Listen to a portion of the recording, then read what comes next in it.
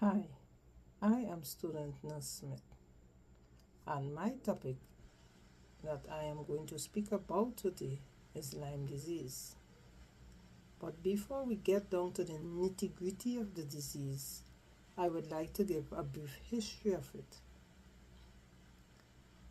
Did you know that the scientists recently discovered in 5,003-year-old mummy the presence of the bacteria that causes Lyme disease?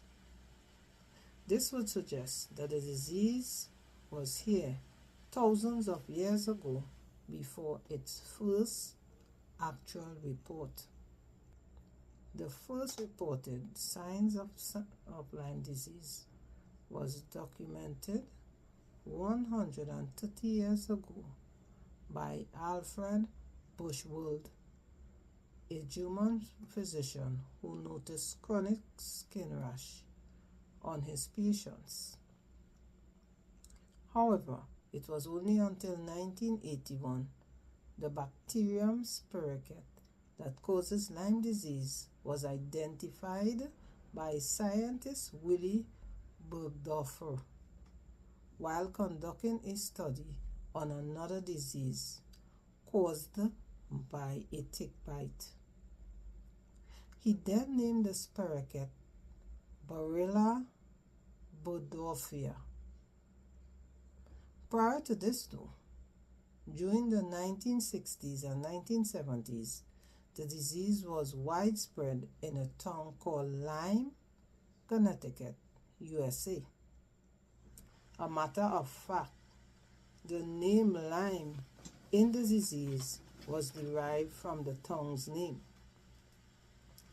During that time, people, mostly children of the town, were having an uncommon illness that manifested in swollen knees, paralysis, skin rash, high headaches, and severe fatigue that had doctors perplexed.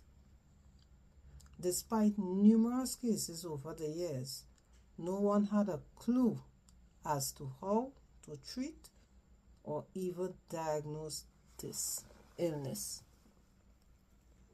This prompted two mothers into action, who then started their own documentation, research, and even contacting scientists.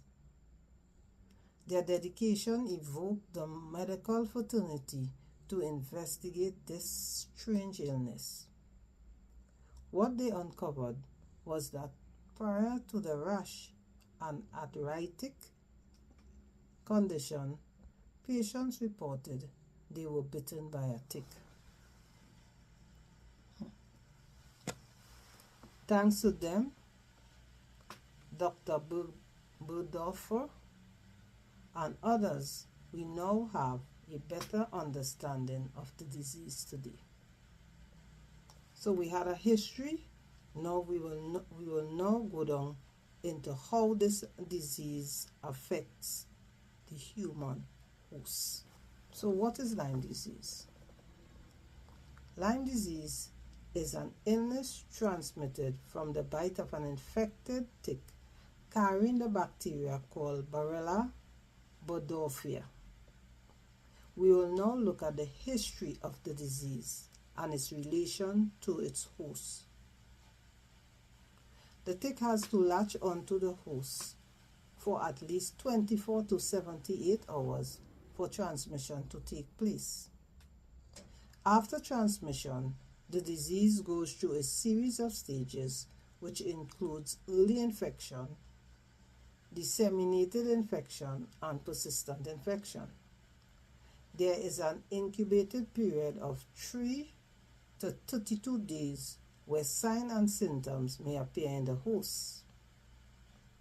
The clinical manifestation may vary from person to person.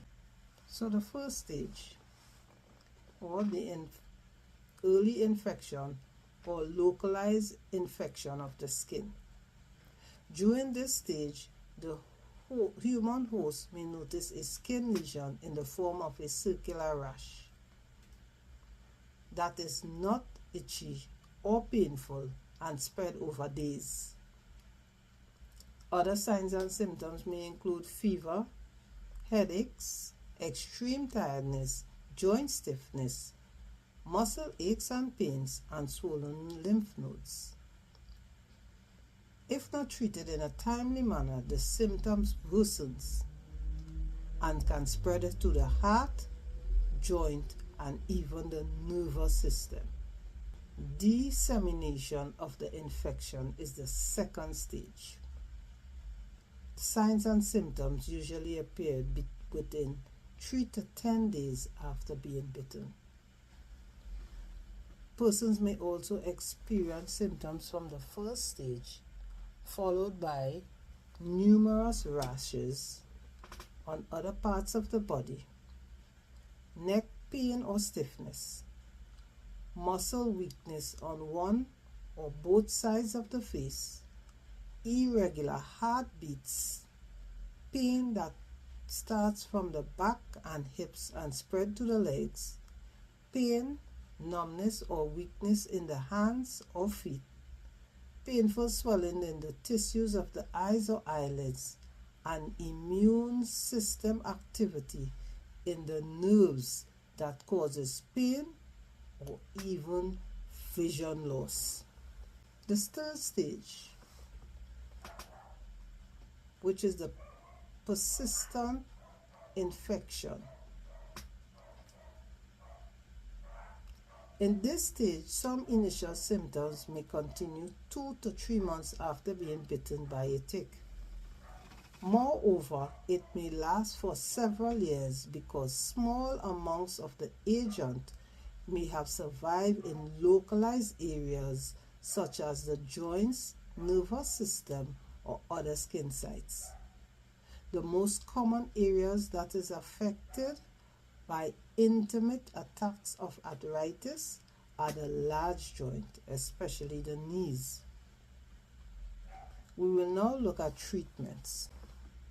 Lyme disease is a curable disease which can be treated with 10 to 14 days of antibiotics. Persons that are treated in the early stages of the disease have a better chance of this recovery. Treatment of the disease may include amoxicillin and diloxin. For more severe cases, oral quinine may be administered. So how to prevent this disease? Ticks are known to live in grassy, wooded, and bushy areas. So you will try to avoid those areas to prevent the spread of the disease. Also, when you are outdoors, wear protective clothing such as long sleeve shirts and long pants. It is recommended to tuck the shirts into the pants and the pants into your socks. Additionally, use a repellent containing 0.5 permethrin on your clothing or gears. Finally, when you return home, check your gears, yourself, and pets for ticks. Thank you for your time, and I hope the information was informative.